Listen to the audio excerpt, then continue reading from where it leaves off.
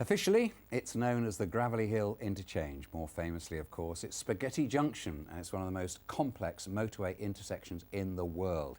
It opened in May 1972, and now new projects underway to try to trace some of the men who built it. Their faces were captured in this photograph behind me the day before the road opened and changed the Midlands forever. Nicola Beckford reports. You can see why they call it Spaghetti Junction, though the engineers point out that unlike a plate of spaghetti, it stands up and it's highly planned. Birmingham's Spaghetti Junction.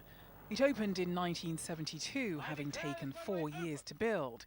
Many working on the scheme were Irish, and now an organisation in the city is hoping to trace the men responsible for constructing it.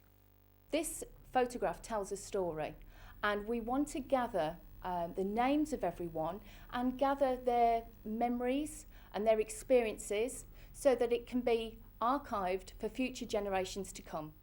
This image was taken the day before the network opened.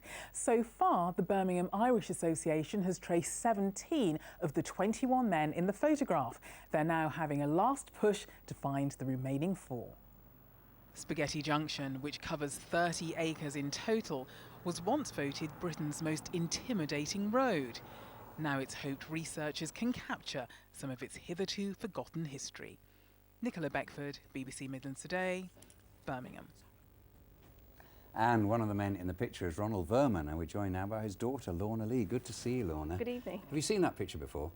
Only last night was the first time I saw it. Wow. On Facebook. And have you got many No, pictures I on? have no, other than my father's wedding photos and Yeah. some wedding photos of family when he was younger. I have no photos of my father when he was younger at all. They didn't have a camera, so. Yeah, so that's still quite special then. It is very special. Yeah, so he lives in Worcester these days? He's a Worcester man, born and bred. How is Yes. he? He's good. He's 80 next year. Hearing's going a bit and walks on a stick, but doing okay. And I think he has some, obviously loads of memories of building Spaghetti Junction, but one in particular could have been a bit of a disaster. Well, it could, yeah. He was working one day, and obviously they didn't have gloves, and his hands were so cold.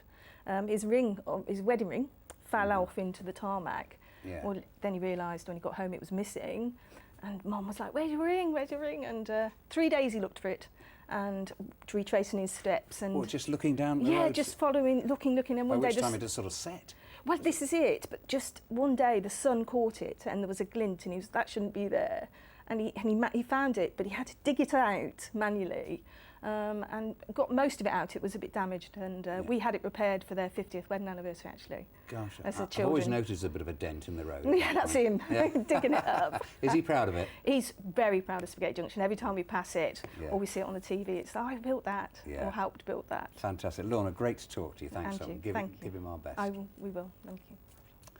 Now, it's been a tough season to be